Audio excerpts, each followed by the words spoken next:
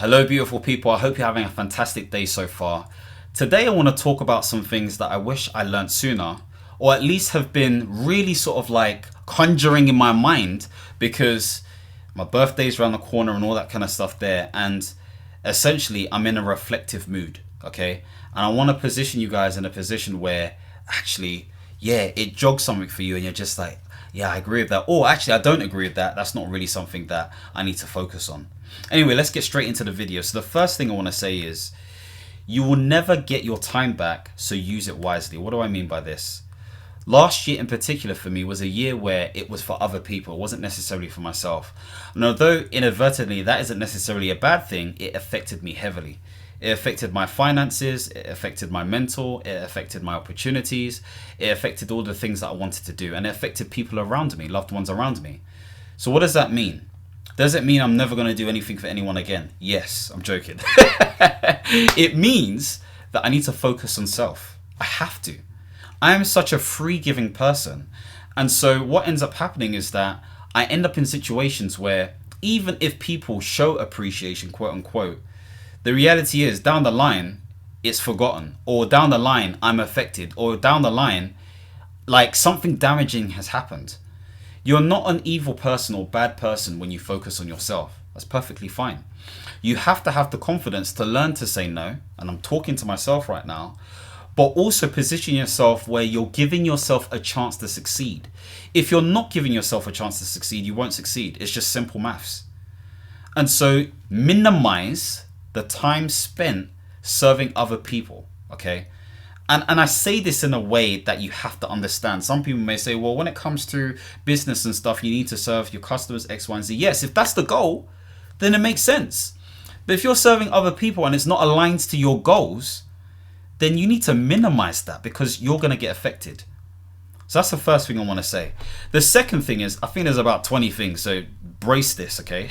Bear with me. Second thing I want to say is, stop trying to please everybody because in the end you will lose. This kind of links to what I was saying before. Now this comes down to whether it's friends, family, whatever it may be. You have to learn to be yourself. The amount of times I've said no this year, I'm actually quite impressed. I've just said no. I've had to because if I don't create boundaries, then what will end up happening is that people will create those boundaries for me. Which really means you have no boundaries. Anyone can just toss you about left, right, and center. What kind of life is that? It's hard to do, don't get me wrong. It feels uncomfortable. But the more comfortable you're doing it, the better results you'll get. Or at least you have a higher probability of getting the results that you want because you've protected the time to do what you need to do, which means you've given yourself the opportunity to have the energy to drive what you need to drive. But if you don't have the time and or energy to do that, the activities that you need to do to achieve the things you want to achieve are not going to be achieved. Simple mathematics. We have to make it make sense. It needs to add up. So stop trying to please everybody and focus on what you need to do for yourself. It's not just about doing, it's also about having and being, especially being. You know, there's this thing that is described within the world of coaching where it talks about how sometimes you may have an existential crisis or a crisis of duality. So an existential crisis, I believe, is where you essentially get burnout from doing too much, usually running around doing things for other people, X, Y, and Z, not focused on self. But a crisis of duality is essentially where you're not doing anything and you feel like you need to do something. We have to find what our happy looks like. We're not always going to be happy according to the hedonic treadmill, but we will be in a space where we can at least be in a range. And so this is where you need to understand what your perfect day looks like or what type of things you want to be doing with the right types of people, X, Y, and Z. I'm not trying to be fanciful here. I'm trying to be realistic. And so you can look at your calendar. If you do use a calendar, you can look at your life and start to think about what you need to be focusing on, following one course until successful. I say one, but that can mean so many things. The third thing I want to talk to is focus on being honest to yourself and others, even if it is hard. Jay, I'm telling you, we're going in today. Like, focus on being honest. What does that really mean? It means having a certain level of integrity to self. That's what it means. You have to respect yourself so much that even if feelings overcome you, you still have the ability to overcome those feelings and say, hey, this is what I should be doing because it's the honest thing. It's the honest thing. You're not doing it for honest sake, but because, let's think about this logically, over the long run, not the short term, which is what we like to chase, but over the long term, usually honesty works out for you. Think about it. If someone comes to you and they're asking you for advice or whatever it may be, and you're honest with them, there is less wahala, okay? Because they can't come to you and say, but you said X, Y, and Z, and look what's happened to me. You've just been honest. Whether it is something that feels great or not, you've been honest. You can move on. You don't have to think about the fact that you've lied or all this kind of stuff there. It's just easier in the long term.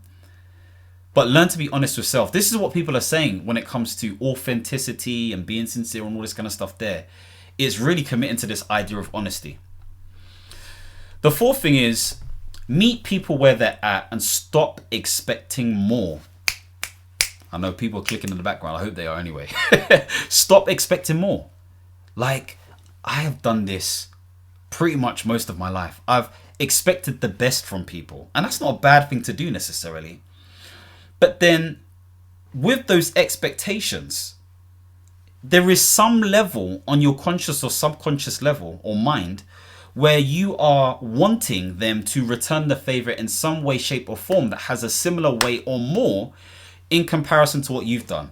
What that basically means is if you've done good to people, there is this sort of like mindset where you believe in the idea of reciprocity or goodwill. Eventually it will come back to you. Yeah, my friend, you'll be waiting forever. I'm telling you. Meet people where they're at. Stop expecting more. If you do get the bonus of the fact that people do stuff for you, okay, and when I say do stuff for you, I'm not necessarily saying tasks or activity. It could just be the fact that they're present or they listen to you, or I don't know. There are so many different things that people could do that is portrayed as valuable. If people don't do those things, then it's okay. You just need to accept that people are where they are at, and that's okay. That's their journey. But you need to be on your journey as well. So the point of this point was to basically say that it's not about being angry. It's about acceptance. It's so much easier because anger is like drinking poison. Whereas with acceptance, it's like, no, that's just them. It's like, there's no issues here. Do you know what I mean? Because I don't have those expectations. The fifth thing is centered around doing too many things at one time means you're doing nothing.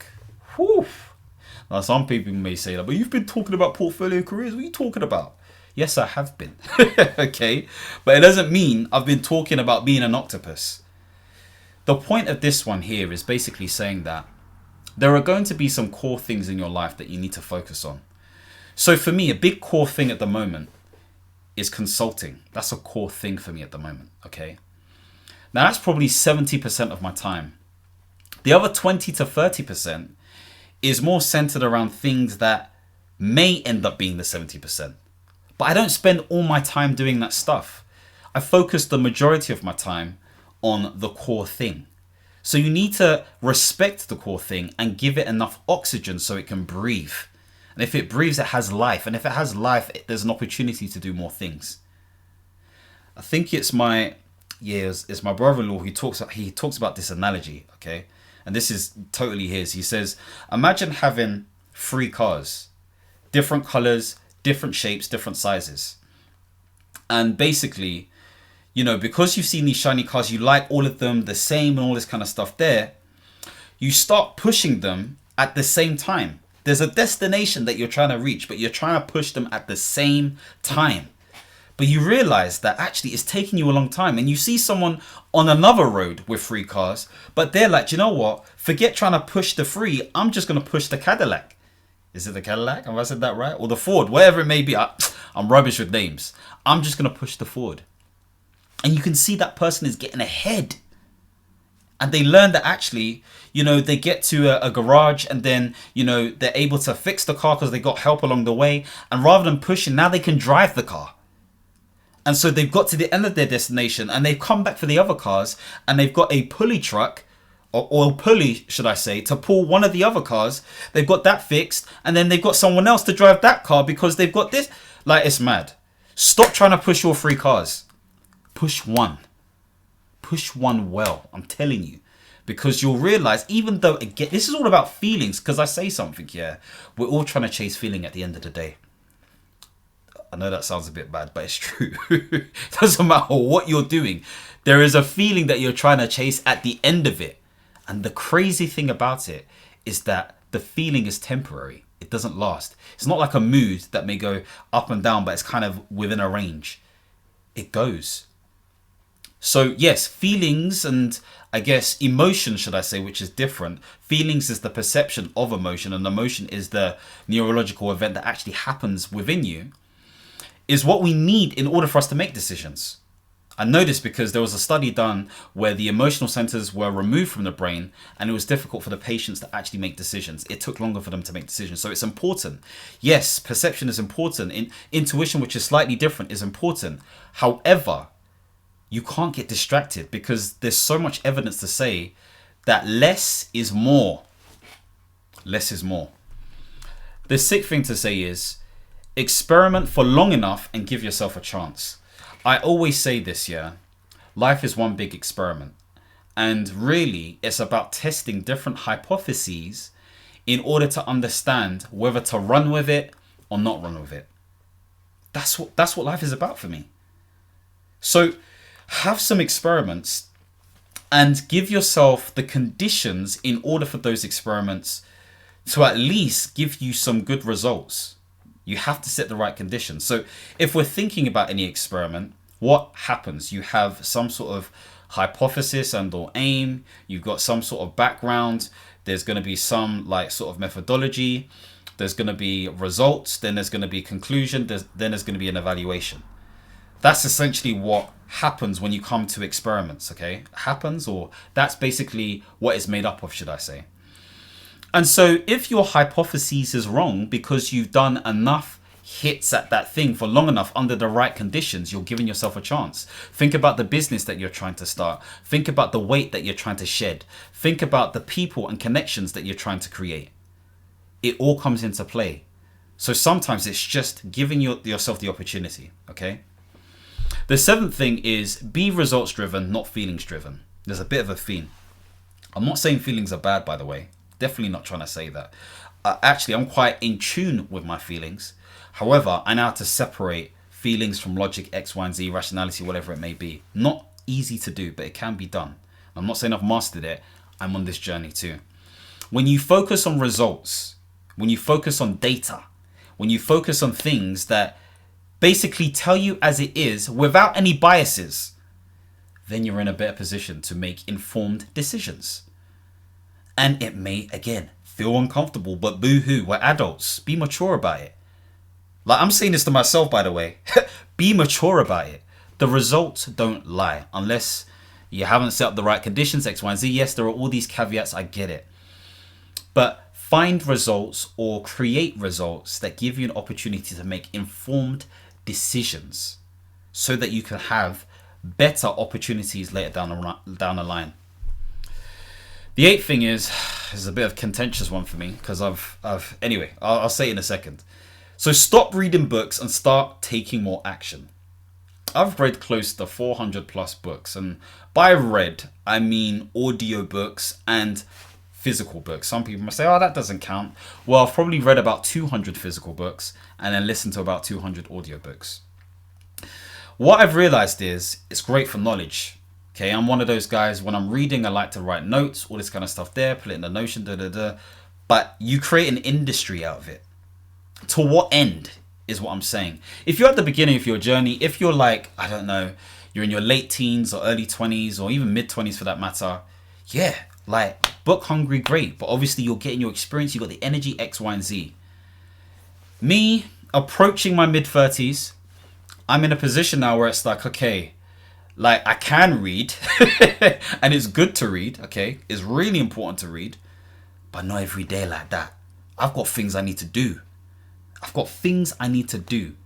Therefore, with all those books that I've read, there should be something, okay? Something within those books that give me enough to know what to do. Because my need to read back then, like aggressively, I was trying to search for answers. I needed someone to say, this is how you should do it. But the reality is, their reality is different to my reality. How they've done it may be different to how I'm doing it. So yes, it leans into clues in terms of how you approach things, but it's not the be or end all. So if you're at a stage where, yes, you're reading, but you want to achieve something, start taking action, because that is your true teacher. Experience, repetition, understanding how you need to move here, there, X, Y, and Z. Like, just take action. I'm telling you. And if you can't take action, get someone who can help you take action. This is where accountability buddies come into play. I've got a video on accountability buddies on my YouTube channel. Check it out. I'm telling you, it is the biggest hack you can make. And of course, if you have the right accountability buddy, it's game over. I'm telling you, it's game over. You're just in a state when you have people who push you, who put you in the right sort of like mindset, who ask you the right level of questions, who again provide resources and materials for you, is much more than what any book can give you. So again, reading, yes, important, good for you, but don't just be a geek for geek's sake, unless that is your thing. Unless that's your thing and you get paid for it, and or you want to get paid for it, or you're in that learning process, then yeah, okay, give it a rest, Michael, it's fine. But take action, that's important. The ninth thing is build solid foundations and stop living without substance. What do I mean by this? The F is coming out. What I mean by this is I'm seeing too many people saying, yeah, personal brand, this, this, all of this stuff with no substance. No substance. What do I mean by substance? Maybe they don't have the experience. Maybe they don't have a minimum of 5 to 10 years worth of experience in what they're doing. Maybe they're in a position where they haven't had the training, okay? So it's just the thing that they're trying out. Maybe it's okay to not have all of those things, but they don't have the humility to just be like a student, so to speak. I'm forever a student. This may seem like teaching, but I am also learning. Me going through this process is teaching me how to, again, deepen and make that substance more richer. And so get substance, build the foundations. You have to position yourself in a way where you're somewhat undeniable. No one can ever be indispensable, but you can work towards it. Sounds crazy to some. Now, some people may say, education is dead, this, that, blah, blah, blah. I hear it. There is a strong argument for that, 100%. But let's put the education out the way. Maybe there is something that you've been involved with industry-wise. If you're at the beginning of your journey, then of course you get grace. But if you're not at the beginning of your journey and not humbled yourself because your personal brand is trying to collect monies, I'm just saying be careful, because I don't want you to be in a position where you're inflating your ego so much and it gets popped and then it just fizzles out. So just really think about substance when it comes to moving forward. The 10th thing is balance doesn't exist, but alignment does. Balance does not exist, but alignment does. Why do I say this? You've heard this saying, my balance isn't the same as your balance. That's obvious. But if you are aligned to something, i.e., if you are now in a position where you are on course for something that makes sense to you as a person, that is authentic to you, that is sincere to the epitome of who you are as a person, that's what you need to focus on. And if that means there is what is deemed as imbalance in your life, then so be it. But you're doing it with passion, with zest, with happiness. That's okay. And this is what people won't tell you. This is how people have been able to get to where they need to get to. They had that extra drive and energy because of alignment. The market conditions were right. It was aligned to experience that they had. They had the right people in the right places at the right time, with the right resources, with the right systems, with the right specialisms, with the right expertise, etc., etc. Everything just aligned. It just made sense. So, seek alignment over balance. Then you will see how your life will change. The 11th thing is, the biggest question you will answer but never ever complete is, who do you want to become? Now, why won't you complete this? Because life is complex and ambiguous at times. But you will get close to answering it. And sometimes you may feel like you've answered it, but life changes. The very nature of life is change. And one thing that we can guarantee is that we experience. We were born and we will die. We will experience. So in the middle, we will experience. That's what change is. Therefore, who you become, there is a core element of that, but it iterates over time. But you need to decide what that is. No one is necessarily going to tell you. And if they do tell you, it may not still feel right. It may feel right in the moment for a bit. There have been many times with my friends where I've had conversations and they've just hit the spot and it's just like, yeah, actually, what they said makes sense. It just makes sense. But then over time, I start to doubt myself. There's a lack of belief. It's because I need to discover that for myself. It's because I have to understand my competencies, which defines my confidence. It's because I need to do the work to understand and articulate my value. This is why I talk about the whole pathing, problem, action, result. And so you have to go on this journey of understanding. You have to do it. Again, if you want something to support you with this, again, obviously, I'm an executive coach. I'm trained under the EMCC and all that kind of stuff there. You can holler, or you can check out my life navigation system, which is a Notion template, which really breaks this stuff down. It's essentially your productivity journal. Okay, it's a modern version of it. The next thing I want to say is a framework creates efficiency, but gives you the license to understand how to break it. This basically means that I'm a fan of methodologies, processes, frameworks, all of this kind of stuff. This is why I'm always sort of like rolling stuff off in terms of things that you can use. Now, as much as those things exist, life is life. As I say, life is life. And so you're going to get situations that are ambiguous by nature and complex by nature. And I remember my coach trainer once told me when she was teaching this module that actually when life is complex and ambiguous, focus on the things that you can control. It's called the locus of control. Focus on those things. And so when it comes to a framework, use them. Rinse them out. It creates structure. But at the same time, be prepared to be a problem solver, a solution finder, as my old manager used to call me. Be comfortable with the uncomfortable. The next thing is your health is not getting worse. You're just not prioritizing it. How many times have you seen a meme or a video on Instagram or TikTok or whatever it may be where, you know, there are these guys who are just like, I'm in my 50s, but this is the fittest I've ever been. You're like, what? How? And I'm in my, my late 20s or 30s and, like I'm starting to get a belly and all this kind of stuff.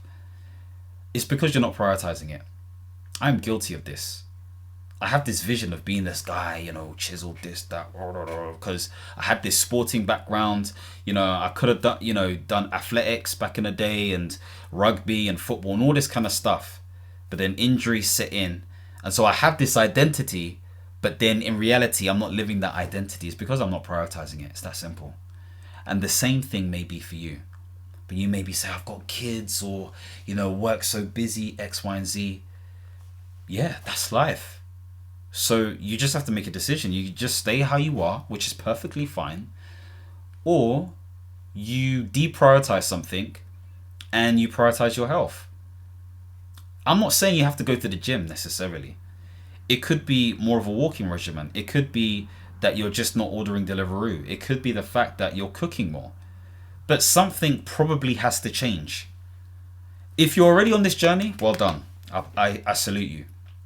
But if you know you could do better for yourself, because you understand that your body is a temple, as the Bible says, then treat it as a temple.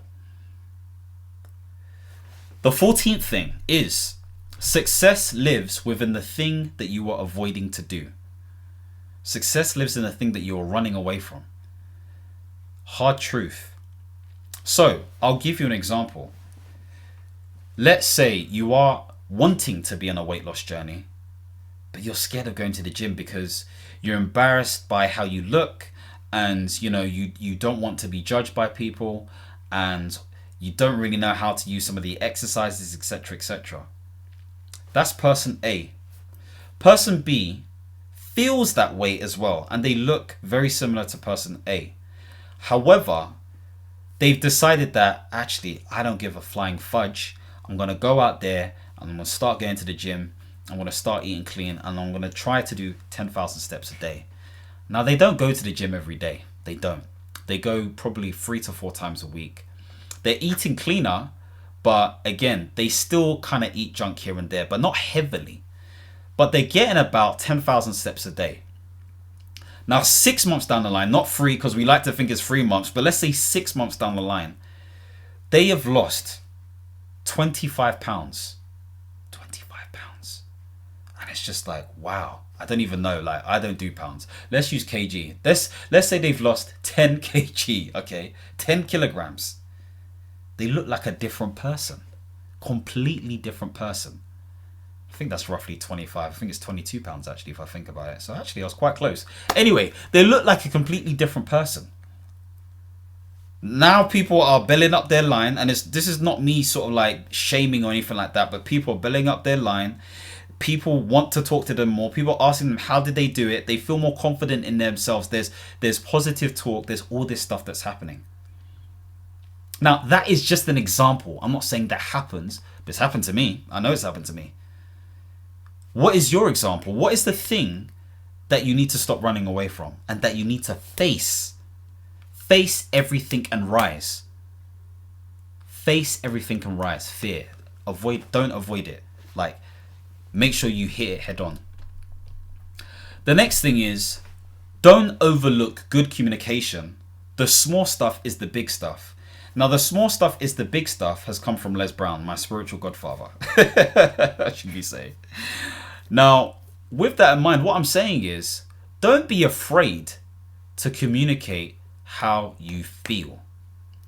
Sometimes, let's say, for example, you're in a working situation and you've gone through how things should be done. And someone has probably made 90% of the improvements, but that last 10%, they're not quite getting. Don't be afraid to say it again and again and again if need be, because they need to change their behavior. I say that to say, sometimes we're a bit polite, especially in the UK. Oh yeah, oh it's okay, don't worry about it. Well, you know that they shouldn't be doing it that way, but you're saying it's okay. It's not okay. It's because you're not okay with being uncomfortable. Tell them. Just say it in a loving way, or a kind way, or an encouraging way, or a coaching way. You know, it's okay if you repeat yourself. This is how we grow and improve as human beings. So communication is an important thing. You know, there's a great book by a lady called Nancy Klein. I don't think she's alive anymore, but she's written a book called Time to Think. It's a coaching book, but it's not positioned as a coaching book. And it's a great way to understand how to think appropriately and help others think better so that they can communicate better. And so really, we have to create environments where we can think better, which means we have to have good communication. This comes down to, number one, asking powerful and effective questions, okay? Raising people's vibration. Number two, deeply listening. Number three, creating great feedback. Number four, ensuring that there's the right level of supervision. All this stuff is to say, do not overlook the small stuff. Communicate how you feel.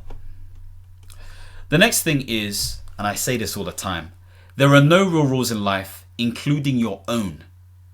What does this mean?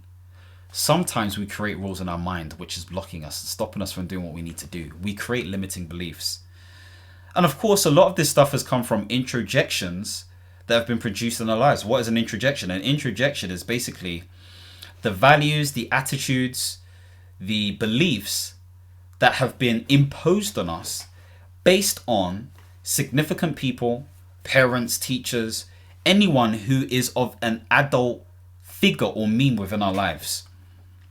We have to get to a point where we understand how to break ourselves from these rules so we understand precisely what rules make sense for us. That's what it comes down to. What rules make sense for us? How do you decipher that? You look back at your life and you understand, or look at different hallmark experiences that help you understand what is important to you, what isn't important to you, what do you want to do about it, your values. I called this the experience magnifier. I speak about it in my first book, Understand, Reach, Expand, 15 super effective ways to manage your mind. And so with that, really start to question, do you actually believe what you believe? What do you believe? When it comes to friendship, what does a good friend look like to you? What great experiences have you had? What bad experiences have you had? What do you like and what don't you like? All of these questions will help you understand what rules make sense for you. Rules are just there for us to be consistent and help us make decisions. But you have to create ones that make sense for you. We're almost getting there, guys. We're on 17. Stop waiting for people to rate you. Learn to rate yourself. Do you know what? This was a difficult one for me because I hate proving myself to people. Hate it. Like, for me, there's no, like, why am I doing that? But sometimes you put yourself in positions where actually you need validation. Validation is something that's part of the human condition that people feel like they need. Now, do I need validation? Yes, I do. Of course I do. However, I don't need deep validation. Why? Because I've learned over time that actually, once you get that validation, it kind of doesn't mean anything after a certain point. What's more important is how you validate yourself. And you validate yourself through learning. And with that learning, evidencing what you've learned and actually doing things and taking action so that you get those results. There is something known as the success cycle that I've spoken about before, that Tony Robbins has spoken about previously, where he talks about this fact that where you take action, you get results, and these results embed these beliefs, and these beliefs influence your potential. So if you have negative actions and negative results, you could have negative beliefs and negative potential. So you have to rate yourself and give yourself a chance. Believe in yourself. That is the most important thing you can do. Stop waiting for others to believe in you. Yes, sometimes you do need that when it comes to sort of like mental health conditions and all this kind of stuff there. That's understood. But let's not draw it out. Let's not make everything a mental health condition. What we should do is understand that yes, we do feel low. We do feel sad at times. But we have to find mechanisms to allow us to again believe in ourselves well. To believe in ourselves more. So what does this look like? This comes down to doing affirming activities. Maybe this is how you look after your body. So maybe it's exercising, walking, eating clean. Maybe it is activities that you do, okay? Or listening to music that enhances your energy. Maybe it is praying or meditating, okay? Or doing some sort of stuff that is sort of like great for the mind. Maybe this is journaling or voice noting. Of course, you can use AI these days to sort of like translate stuff so that you can understand how you're feeling and address that stuff. Maybe it is, again, then using people where you have an accountability buddy, or you have family members, or you have sponsors, or you have coaches or mentors, or you have a therapist, or whatever it may be. You have all these people who can help you help yourself. That's what a coach is. Somebody who helps you help yourself is what my coach trainee used to say to me. But you don't need to wait for people to do that. You have to start to learn how to cultivate belief for yourself. Because you can, and you will, and you must. Next thing.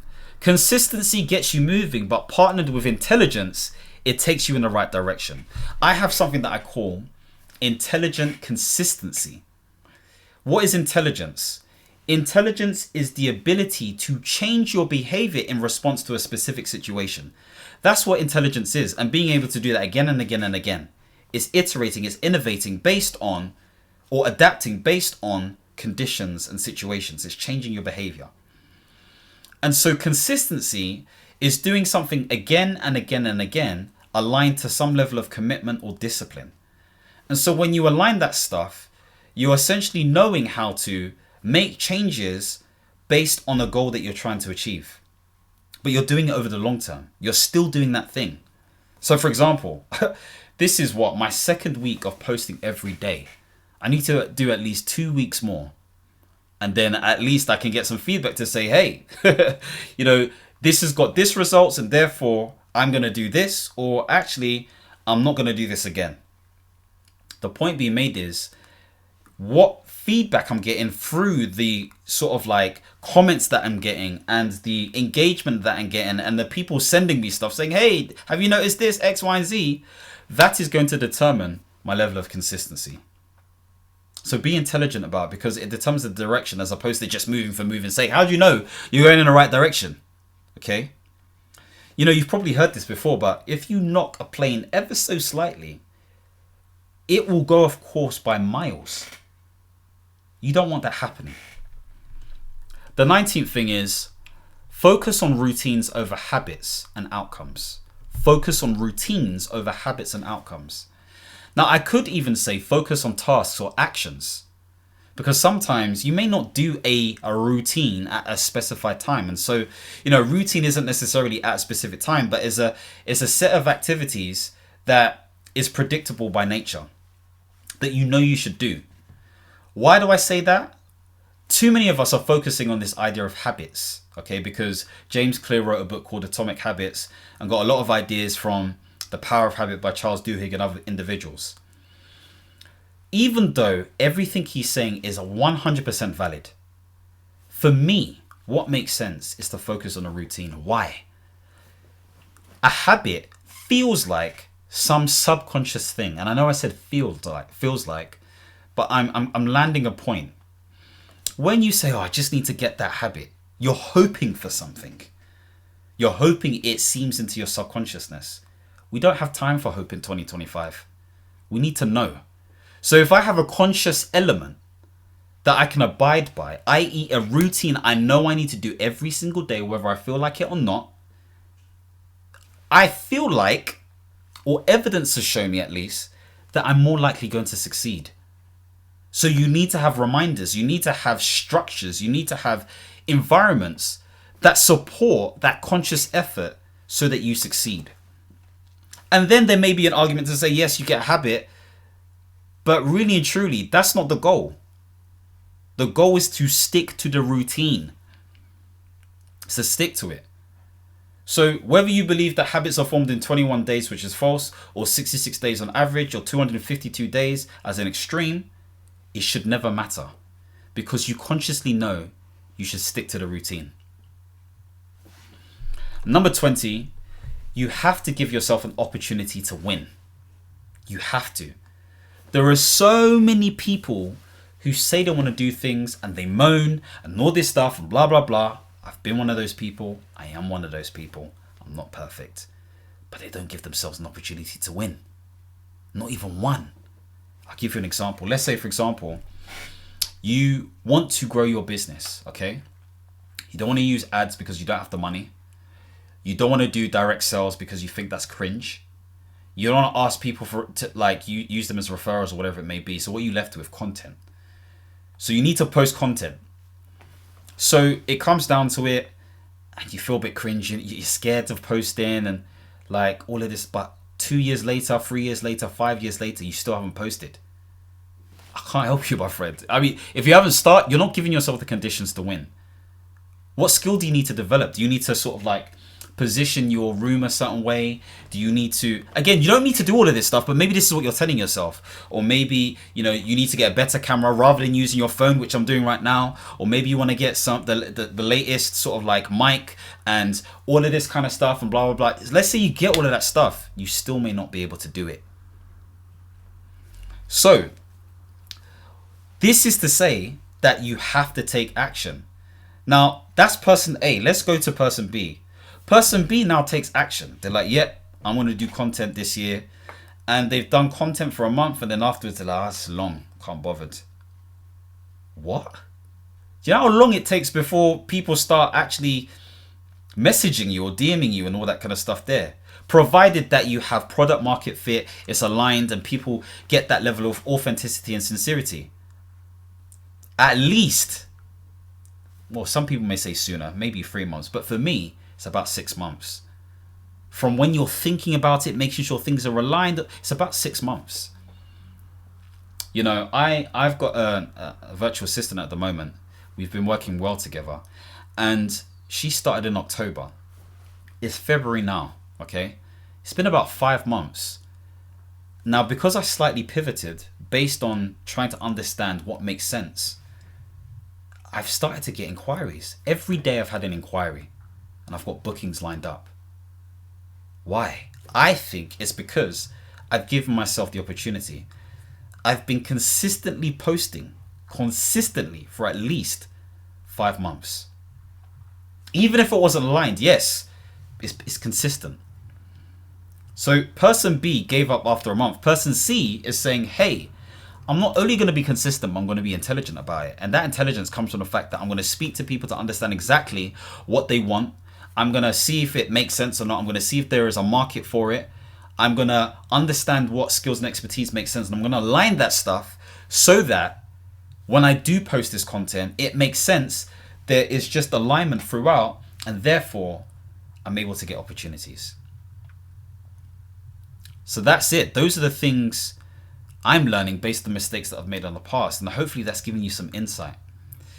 So thank you for spending time with me to hear what I've had to say. If there's anything that resonated with you, please let me know below.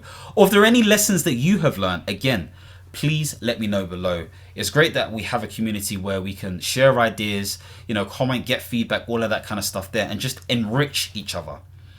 Again, if you want to see more videos centered around life management, resilience, careers, all of that kind of stuff there, don't forget to like and subscribe and hit the notification bell. And as always, my friends, understand, reach, and expand. Peace.